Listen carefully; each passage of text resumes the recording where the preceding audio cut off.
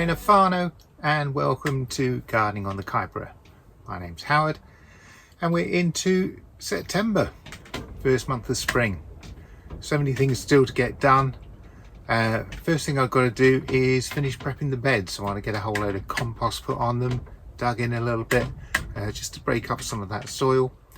Want to get the new fruit beds in, got to plant up the Italian garden, got to get a whole ton of fruit trees in. The list seems to go on and on. On a more exciting note though, got to get the tomato seeds going. At the moment tomatoes are growing great here, but these will be over soon as the polytunnel gets hotter and hotter, and so I need to get the new seeds underway. So yeah, as usual, plenty to do. Weather's not been so great up till now, been pretty blowy I have to say, but today not so bad, so I'm going to try and crack on. As usual, can't stay around here chatting, got to get busy. Come on.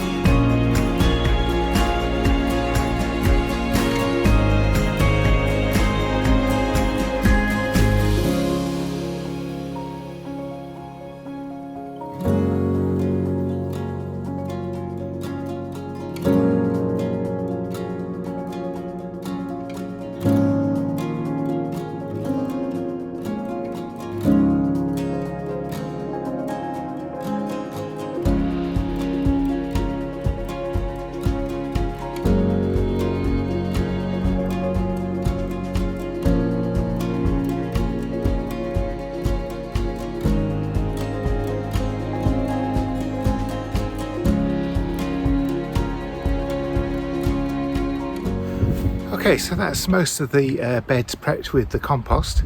It's gone on really well, and hopefully that will give the beds some really good nutrient. But just to be on the safe side, I'm just going to give a bit of a dressing with some slow release organic fertilizer as well.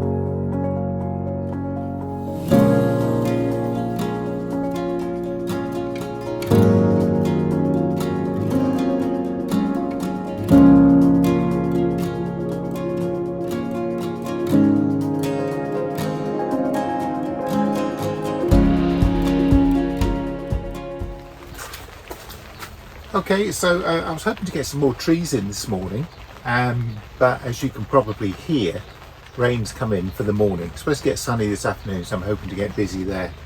But in the meantime, I'm going to get the melon and the pumpkin going. So here it's just on the cusp of the end of September here, which is quite late.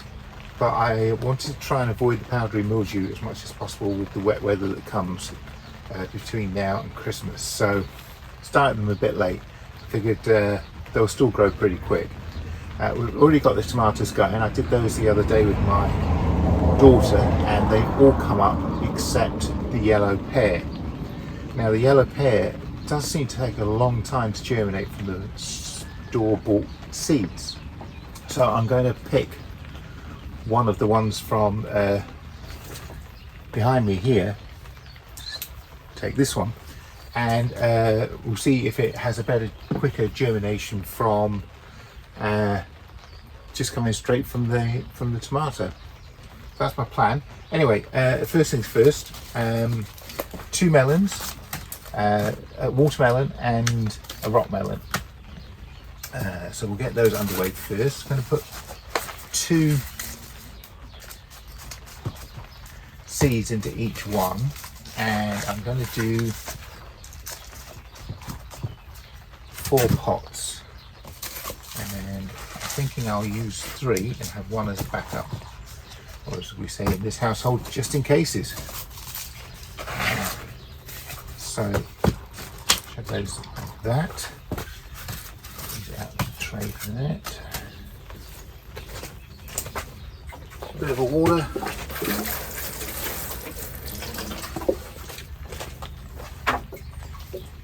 Time to think.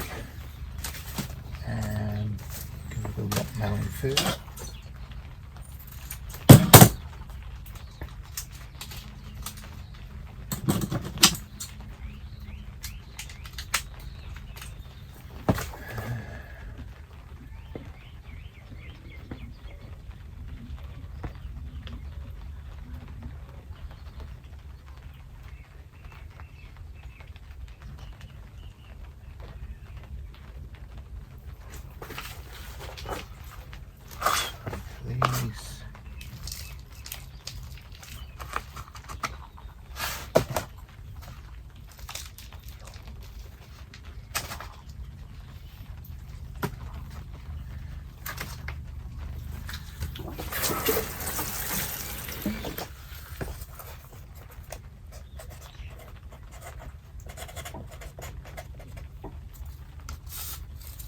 So what I will do is I'll pop these onto the heat mat in the garage just to get them going.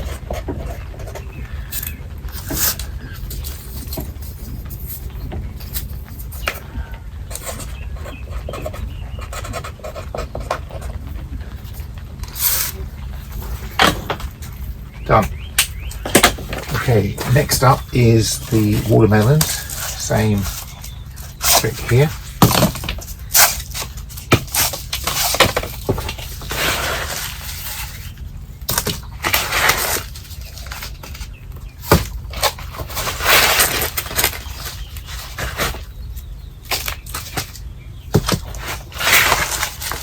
This is Charleston Grey. I've never grown this before. It's quite a long, thinnish watermelon rather than the classic big round one, and slightly greyer on its skin compared with the kind of vibrant green that you often get. So I was quite interested to give it a go. It's supposed to be really tasty. So yeah, keen to give this one a go. Last couple of years here I've grown golden gold and moon and stars, and the golden gold has been lovely. Moon and stars has been okay, not blow your socks off. So that's why I kind of fancy giving something else a bit of a go this year.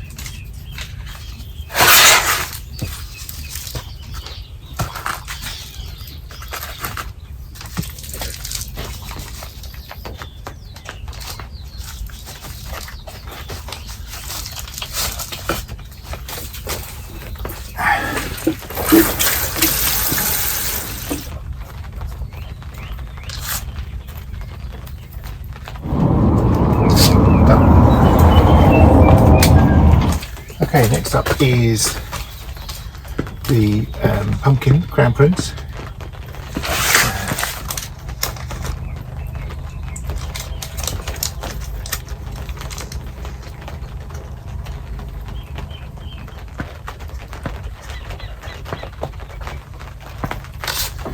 Done.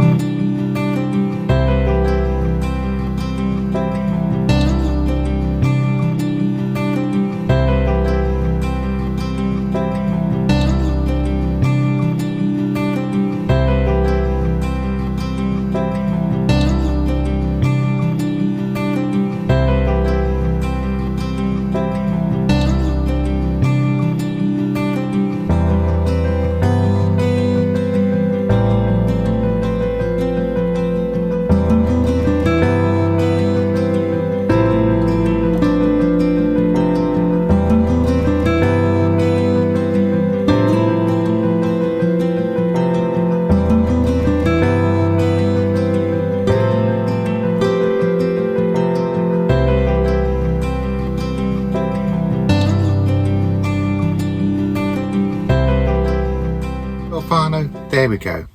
End of September now, first month of spring is gone, and I have to say it's been temperamental at most. I had quite a lot of wind and storms and rain coming through, not really those kind of warm spring days that you kind of look forward to.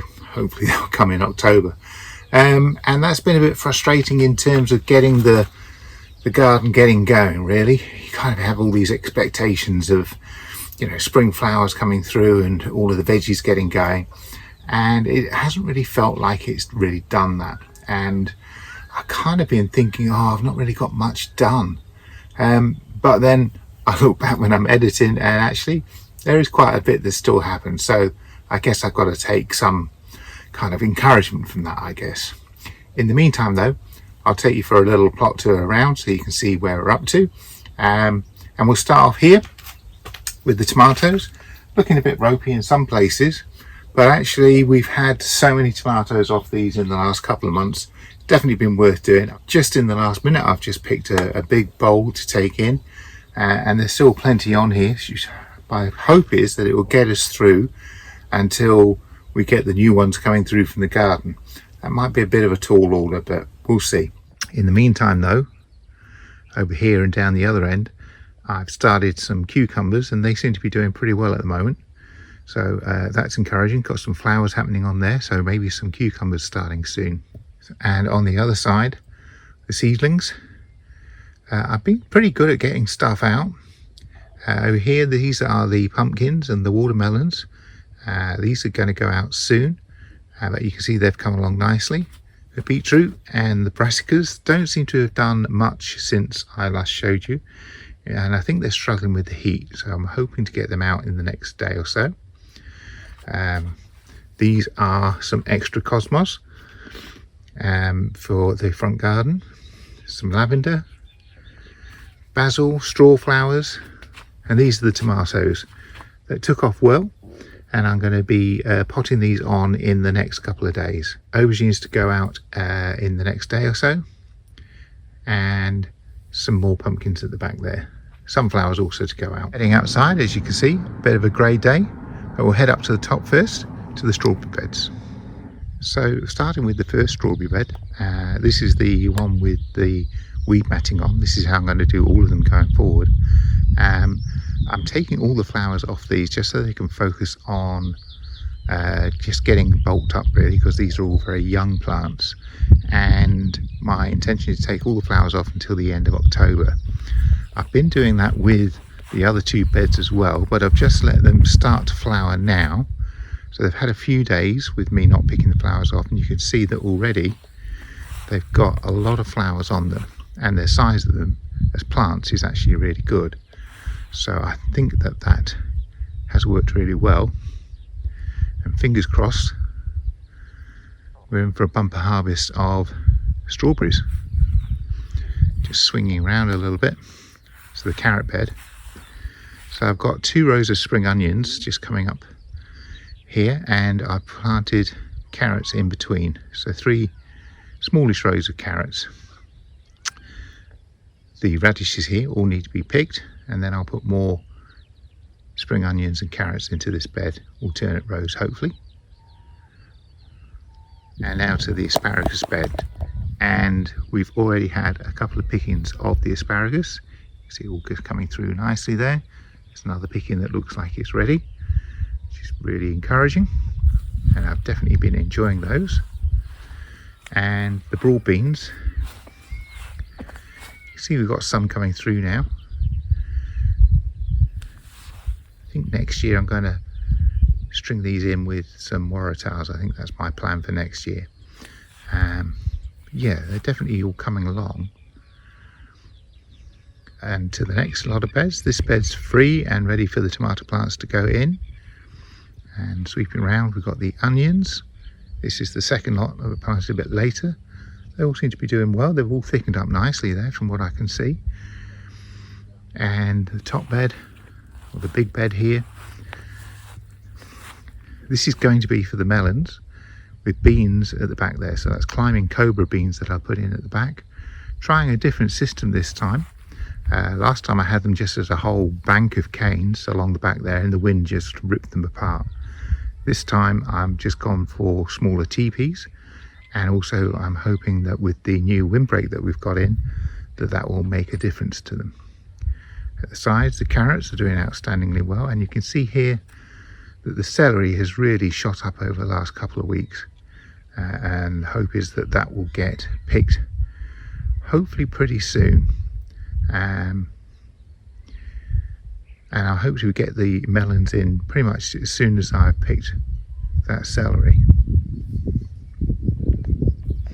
I'll just give you a quick look at the windbreak since we were just talking about it. It went up surprisingly well. Many of the reviews of these little plastic tags that you hold the windbreak on the wires with had said that they were really difficult to put on and you were having to use pliers and all sorts of things. But I actually found them really pretty easy to put up. And as I say, we've had some pretty blusty wind come through since it's gone up, and it hasn't phased it at all, which has made me really pleased. So yeah, hopefully that's going to do the business on protecting the plants a little bit. So moving to the onion bed, you can see they're doing pretty good, and the chives down the sides bulking up really nicely.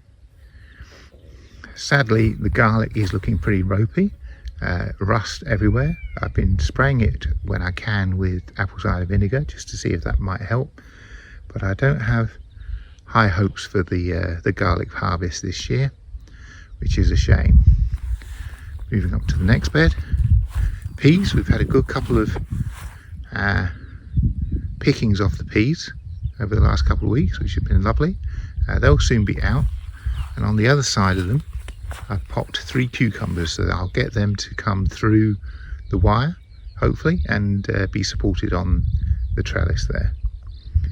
Silver beet continues to just give, and the bok choy, it looks like it's all going to seed before we can use it, so that's a bit sad. And also you can see the Cavallonera is just beginning to go to seed as well. I'm not sure that affects the leaves too much, so I'll continue to pick that. The covers are off this now because all the brassicas are now going to be moving down to the other bed where I'm just putting all the brassicas, and I thought I'd leave these in for a little bit just to flower, just so we can get some of the pollinators in. Up to the next set of beds, and this will have tomatoes in. You can see here the leeks at the front have really shot up over the last 4 weeks. I was a bit skeptical about whether we were going to get anything out of them, but actually looking at them now, they're looking pretty good. Along the edges here we've got the calendula, which some of them are doing really well, some of them are giving up the ghost. Who knows why that would be. And the courgettes are in.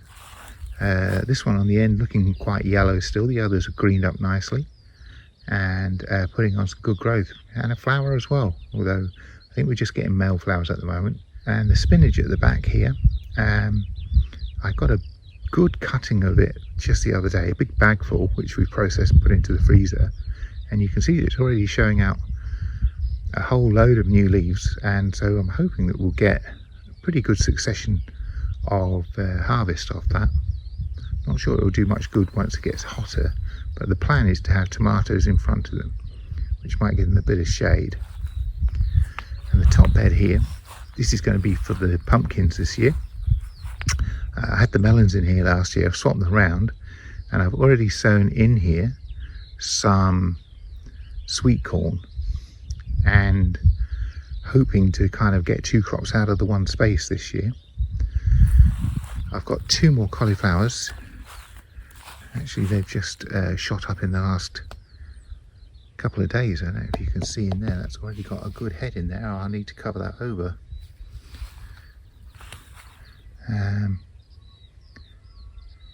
Can't see any of the sweet corn coming through yet.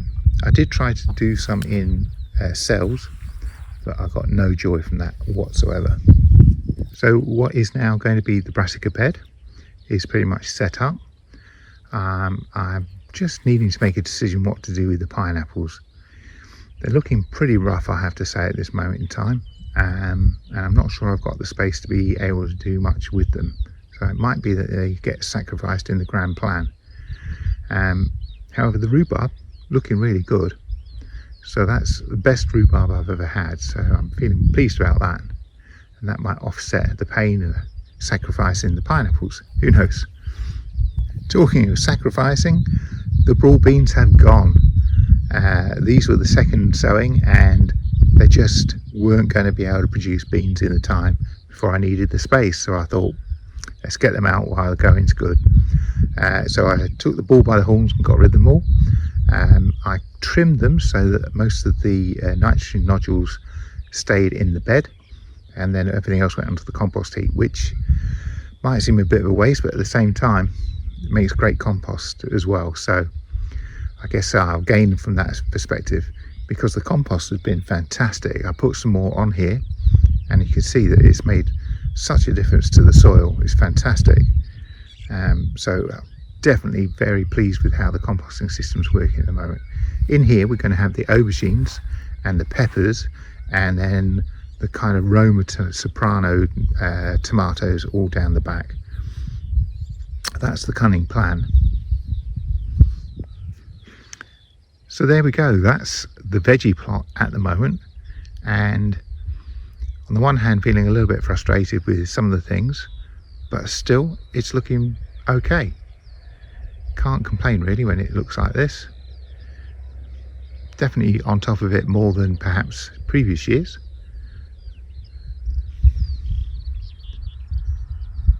So on the other side of the windbreak we've got some planting now. This is a passion fruit which I'm hopefully going to train along the wires on this side, and here we've got the grape. This is a Candice, a sweet seedless grape which I'm hoping to train along here. Never grown grapes before, so a bit unsure how this is going to do, but very excited because I love grapes. Okay, so moving down to the new rose bed, and this is probably one of the most difficult beds to grow in at the moment. There's no compost in this at all, so it's pretty rough soil, I have to say. The roses seem to be doing pretty good, and the cosmos that we've put in, I've just noticed we've got the very first flower.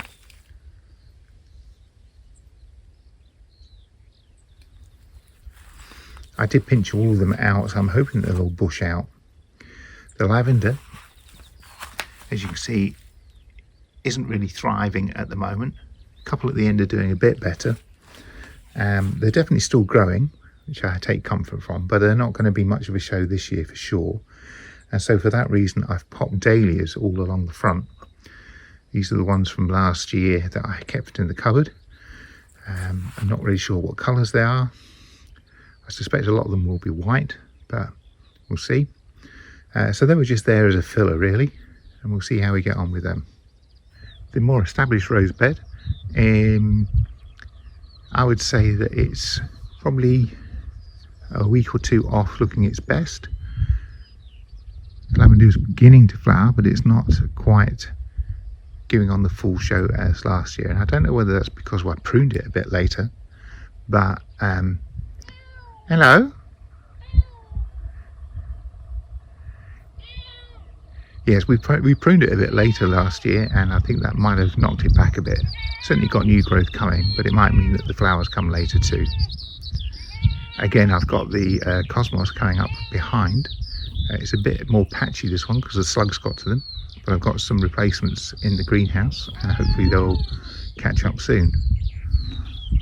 So moving on to the Italian garden, this is all pretty much planted up now. We've got lemon trees on the side, orange tree there, olive trees behind, table moved down. I've not taken the chairs down yet just because the weather's still been pretty rubbish, and the orange tree that was getting to blown away is now beginning to pick up again. So overall, job done.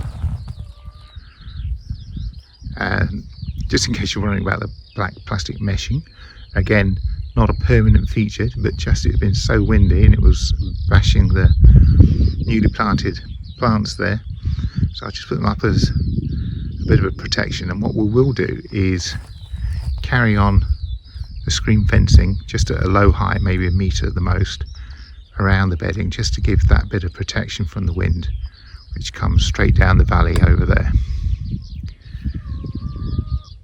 And coming down to the orchard now, and we've got a couple of new members. What we've got up here is a second Braeburn apple and sanguine peach, which I've had for a couple of months, just waiting to go in. Finally managed to get them in, which is good. Sadly, my apple tree that I planted the first year didn't make it, and so I feel like we're a bit short on apples at the moment. We need to get some more in. As for the others, the Billington plum here, as you can see, in full leaf now, looking really healthy. The pears, I was pretty worried about these, particularly this nearer one, but I've just seen, I'll try and bring you close to them, the first signs of life coming on them, which is good. The Louisa plum just over there is beginning to flower. There seems to be a problem with getting pollinators down here, so I'm quite keen, I think, to get some lavender or something like that growing down this end, just to try and encourage the honeybees that we have further up the hill to come down and visit. I think that might be good, assuming the chickens don't eat them all. Fig tree now looking pretty full, and I can even see a couple of figs on them. Peach tree beyond, which is my big hope for this year, has got a couple of flowers on that I can see.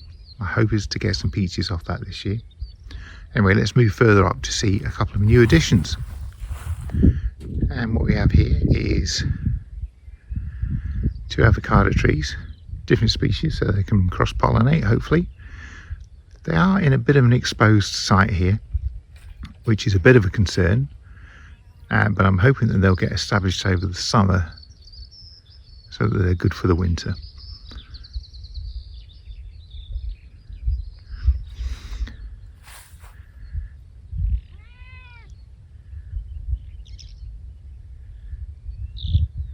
Sadly, no sheep yet.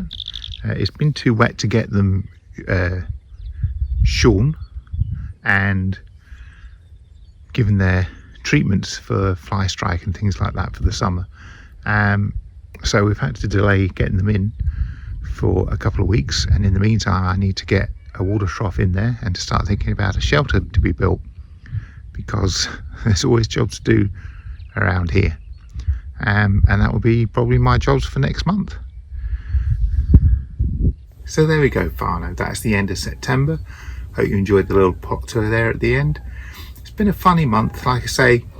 Didn't feel like much had happened, didn't feel like I got a lot of my jobs done that I needed to get done. And I think sometimes, especially when you look at gardening programs and videos and all that kind of stuff, you see people set up and you think, oh, mine will never look like that, it's terrible, mine's awful, and they just look great, and it feels a bit despondent. But I think it's also important to realise that many of these things have taken a lot of time to actually happen over a long period of time, or people throwing a lot of money at them. For me, I was watching last year's vlog at this same time, and we'd only just got the polytunnel up, we'd only just got the shed up, and the month was spent building more beds out the back here. This winter we've got the new rose bed sorted, the Italian garden up and running, got more trees planted in the orchard, we've got the windbreak up, and so there's a lot of things happened again, a lot of development over that time. And you know, it's that whole, you know, how do you eat an elephant a little bit at the time, and looking at it now, I feel really pleased with the setup, but it's taken, you know, 2.5 years to get to that point. So I just want to put that out there for you. You know, Rome wasn't built in a day, and a garden certainly isn't. So I'm going to leave there, and I just want to say to everyone, thank you for your time in watching this. To all the new subscribers, welcome. So good to have you along. Thank you so much for subscribing. In the meantime though, I'll say Harera, take care, and I'll see you for mid-spring. Bye bye.